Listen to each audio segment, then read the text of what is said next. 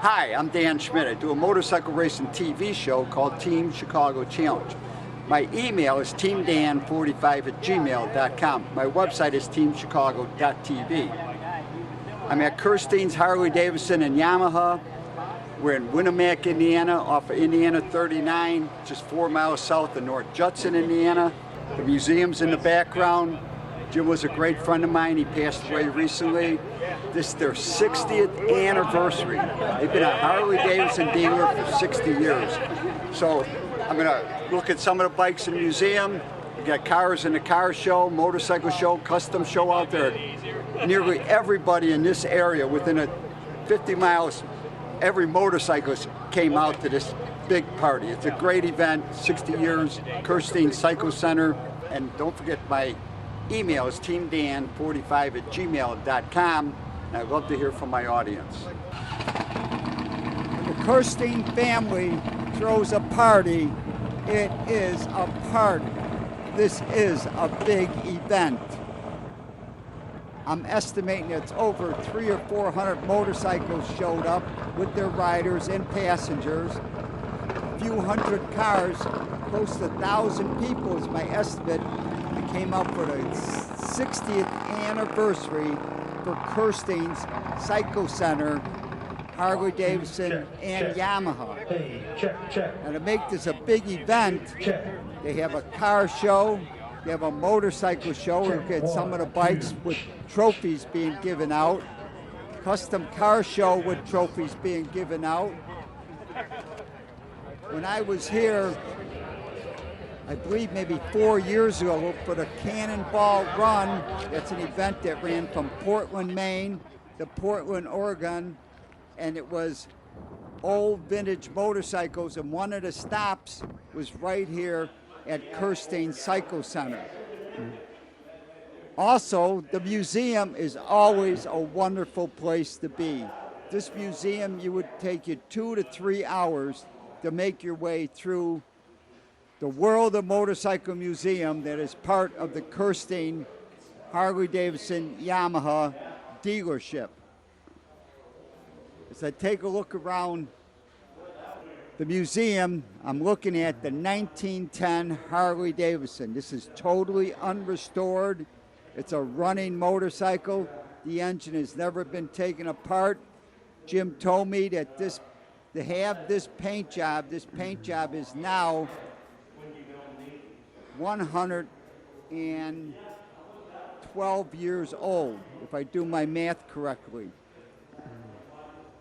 It is a beautiful motorcycle, well preserved, and you get to see a picture of Jim and his wife Nella, my two great friends, my late great friends, Jim and Nella, who started this business 60 years ago. And they invited me to come down, but first, we're gonna come rolling in the Kerstings Harley-Davidson and Yamaha, Winamac, Indiana, just 4 miles south of North Judson. And here they come.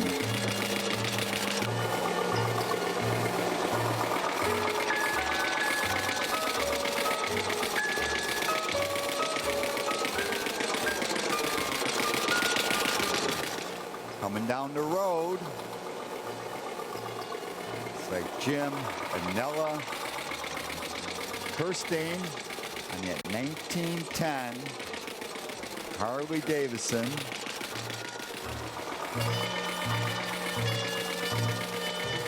Sunday drive on the Harley-Davidson.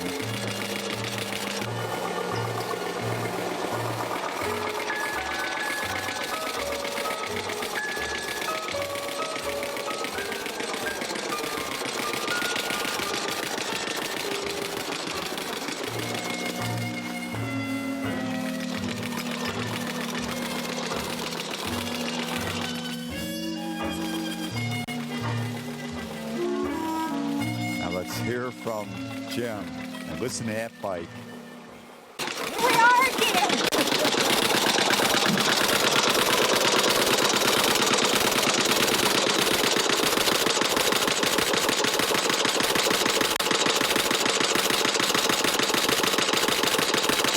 up.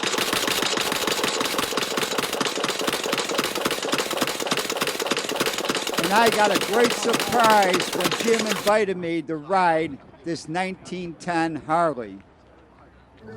Now let's pay close attention to Jim Kersting as he explains how to start this 1910 Harley-Davidson. You did that with these. Okay, now the first thing that we're going to do, turn the fuel on, and it is on. We're going to give it just a little bit of oil. Not very much, about that much. And you leave it there? Just leave it there when you're okay. ready. Yep. And then we will retard the spark all the way. All the way out is retard. Yeah, right. And throttle which way? Just leave it right. But which way does it go on? It twists on. Twists in, okay. Yeah. You got it all. So they both twist in. Advancing the spark is in, right. Throttle is in. Yeah, we got the belt tightened up. Okay. So, okey-dokey. Got the pedal up here. Okay, turn the switch on. Okay, just start pedaling. Now twist the throttle on. That's all. You know that's doable. Now release this. Oh yeah, so you can... Advance the spark to about right there. And give her some gas.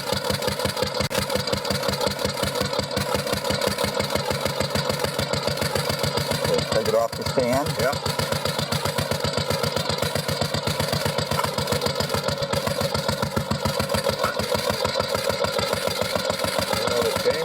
Leave the spark where it's at. Leave the spark right. So I pedal and get going and then pull this? No, just to put a little bit on it. Maybe one more.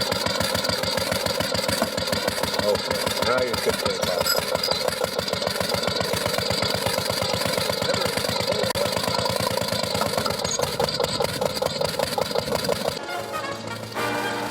What a thrill. The opportunity to ride this 1910 Harley-Davidson.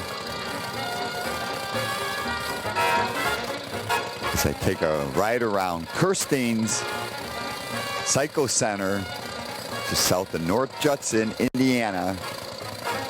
Jim giving me this opportunity to ride this 1910. What a great motorcycle. The thing that impresses me the most is how fast it is, just idling.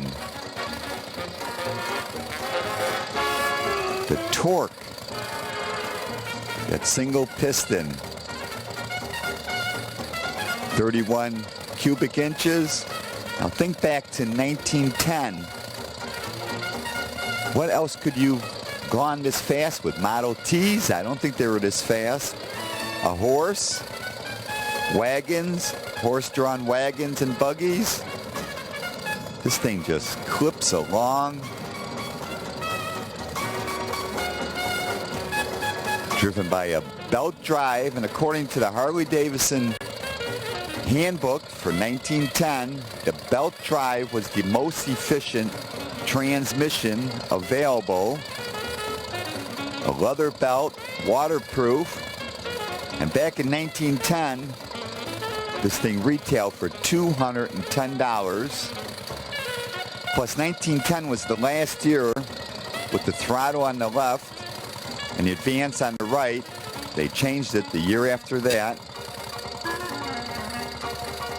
But I don't know how much I can thank Jim and his wife Nella and Randy that came out and helped get these bikes outside so we could ride.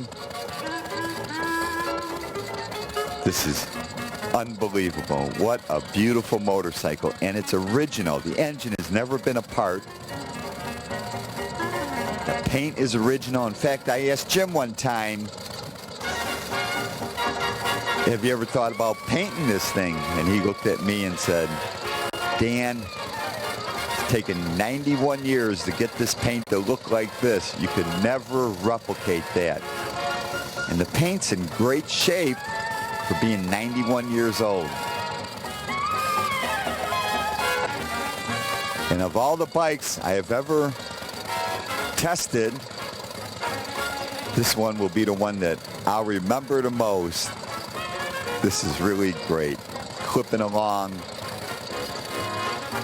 Can you imagine being back in 1910 riding his Harley-Davidson motorcycle. What a piece.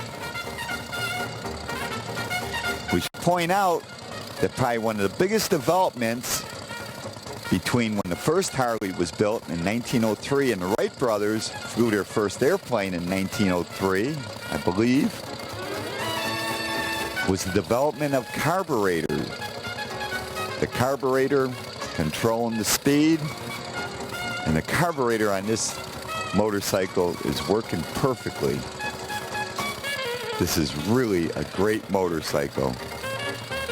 I am impressed on how fast this thing really could be. I would love to be on the open road and see it do 40 to 50 miles an hour. But I'm clipping along here. I'm at least doing 20, it seems like. But all good things must come to an end sometime, as I pull back up in front of the World of Motorcycles Museum. How lucky am I to be able to ride such a great motorcycle. I feel blessed. Now inside the museum, I get a chance to look at this DKW two-stroke. I believe this is built in the 1960s. It's got a very modern automotive look to it. And I had a chance to talk to one of Jim's 3 kids that was running the shop. So let's go talk to Sandy right now.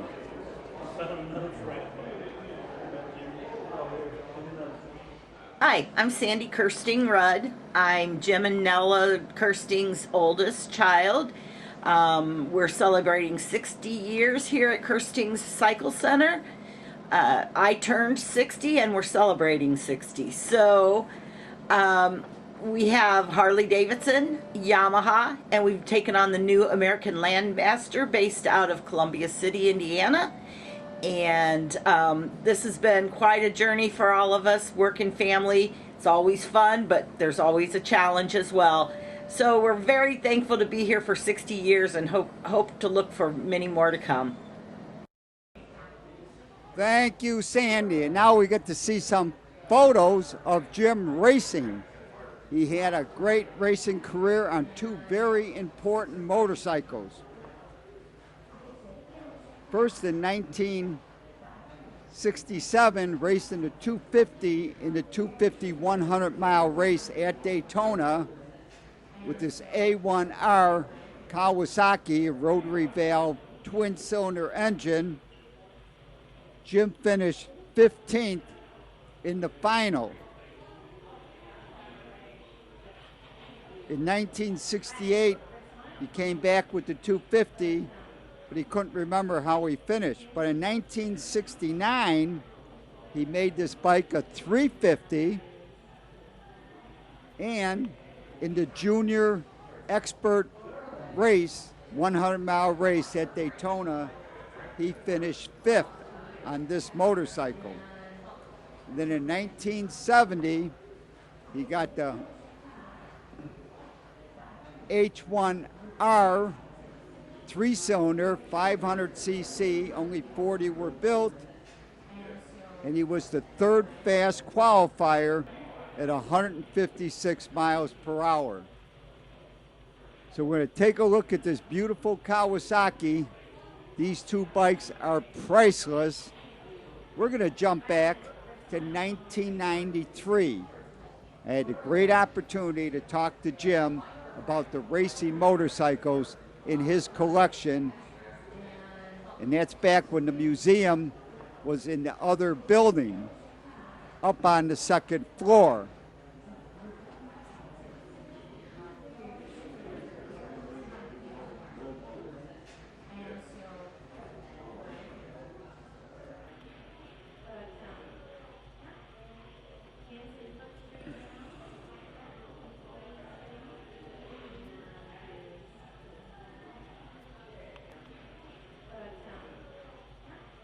Now we're over on the race wall, and you've got a bunch of Harley dirt bikes. You've got a Baja, you got a 250 motocrosser, you got an XR 750, but this is a steel cylinder one.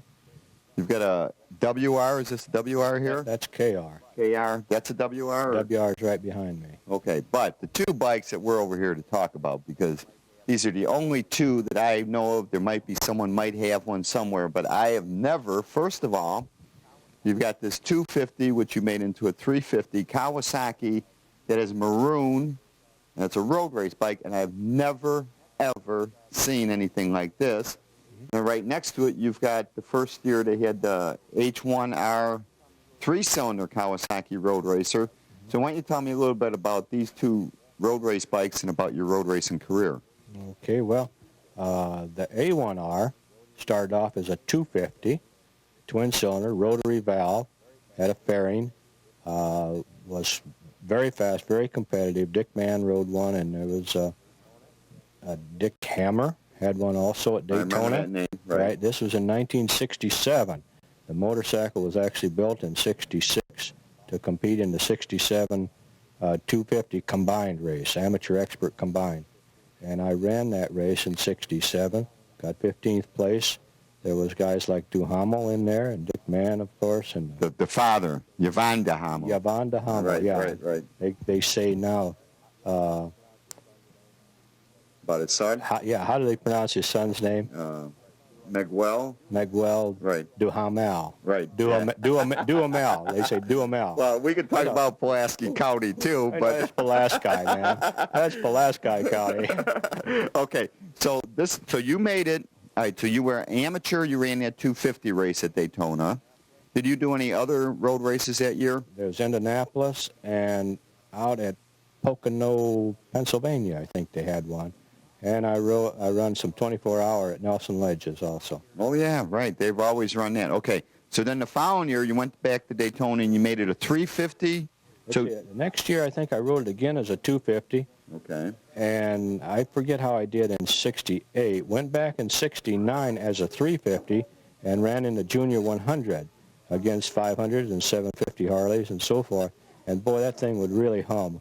It would really go. I qualified in good and finished, I think I qualified in at 136 mile an hour. That's correct. This was in 69 and finished fifth in the event, in the 100 mile hour. And in fact, there were guys were they running the 3-cylinder BSAs in Triumph that year, or was that the following year? I'm not sure there was the 3 cylinders, but they were running the 500s and also 750 flatheads was running. And I remember flying by Bart Markle. What a thrill. I thought, man, I can't do this. National number 4, and I'm blowing by him. Okay, now, then the following year you got the 1,000. Is that how it went? And then you went down to that would have been 1970, and you had the 500 3-cylinder, right? Right, the 500 H1R 3-cylinder, state-of-the-art. They told me I could have one, and if I wanted to run it. And man, it was $1,425, and I said, I think no. And then I read in the magazine where they come out with this bombshell, Kawasaki did, and it said there's only 40 of them being built, but you can't have one unless you're used to taking the checkered flag first. And well, I'm not sure that I was, but I was able to have one if I wanted it. So I sprung the $1,425 and bought the H1R and campaigned her down to Daytona, March 9th of 1970. Okay, and you qualified third fastest, is that? Yeah, I sat on the front line. That was really neat. Yeah, 156 mile an hour. At Daytona. All right, and then, so what happened? You didn't win the race. Tell us what... Oh, gee, I followed the plug on the line, and guys that I was blowing off through practice and qualifying, why they was going by me, and I couldn't understand what in the world's wrong with this thing. It seemed good, but it sounded like it ran good, but it had no power. And so I pulled in after 2 laps, and the center cylinder was cold. They lifted the gas tank, put in a spark plug. I went back out and was flying by them. Boy, I was really a-going, and everything was working great. Had to take the mandatory pit stop and filled up with fuel. Went back out and around the horseshoe and give her too much throttle, and down we went. Yeah, well, I went down Daytona, too, my 1 year when I was running probably somewhere in the top 20 in the 200 mile, or no, it might have been only 100. I can't remember. It was so long ago. All right. Well, all right. It's been. We're gonna see what else you got. In fact, I'm gonna just look around and see. You've got How many bikes do you have here? Well, there must be about 40 here, but I got my really neat ones up down in my garage so I can run them all the time. These all run too. As we look around and see a few more of the motorcycles he's got, even hung up on the wall, there's so many bikes, so little time. But Each and every time I visited the World of Motorcycle Museum and had a chance to talk to Jim Kersting, I learned quite a bit as we take a look at this H1R 3-cylinder, 2-stroke motorcycle.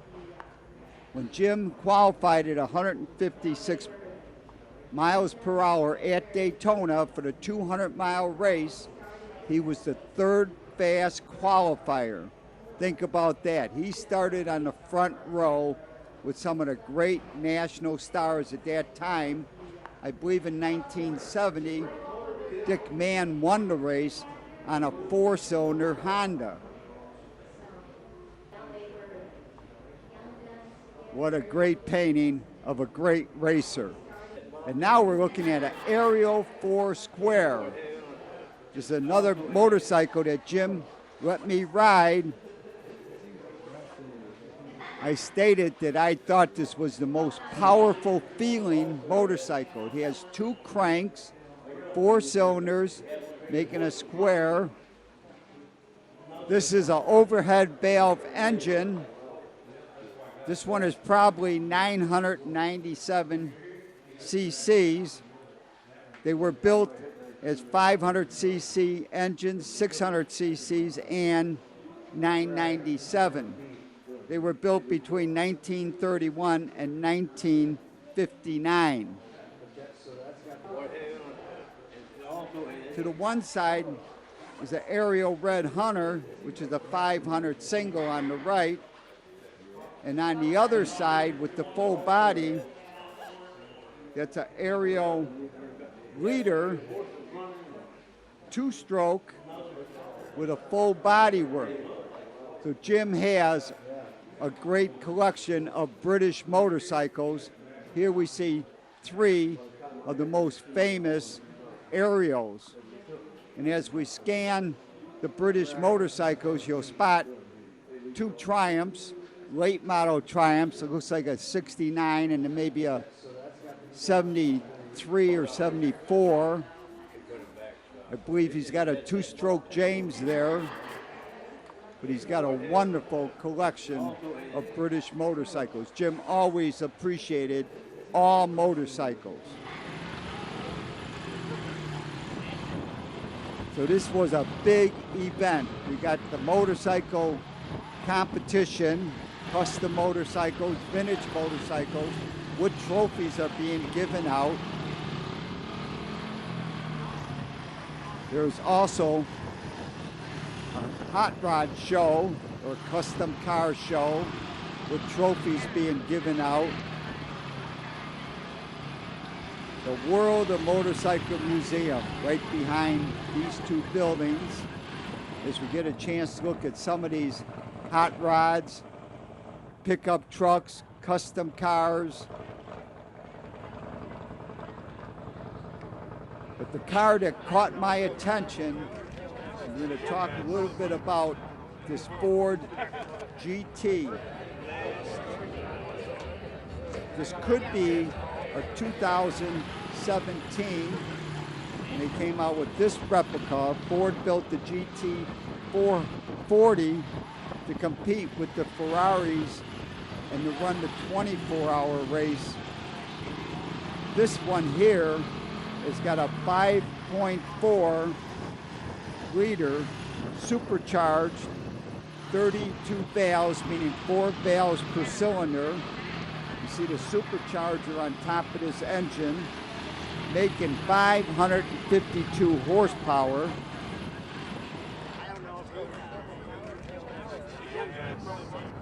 The original Ford GT 40 was built to compete with the Ferraris, and the Ford family wanted to win the 24 hours of Le Mans. The 40 stands for the car is less than 40 inches high at the roof line. This is a gorgeous car to be in this show. You may never see another one of these again. There's only 300 to 400 of these built, but they are selling them again. But they are very pricey. It shows that Ford, with a rear engine sports car, compared to the Corvette, which is a mid-engine sports car. But this was a great show right here in Winamac, Indiana.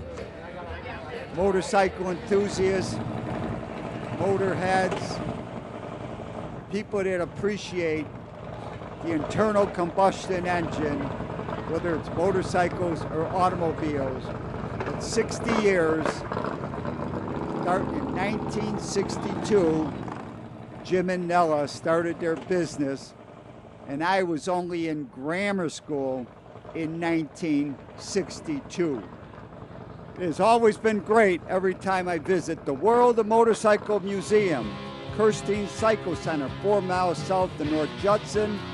Their website is kerstingcycle.com. kerstingcycle.com. Let them know you're coming if you're going to visit the museum. This was such a big event that I decided to create 3 episodes from this event, so make sure you look over YouTube and find all 3 episodes.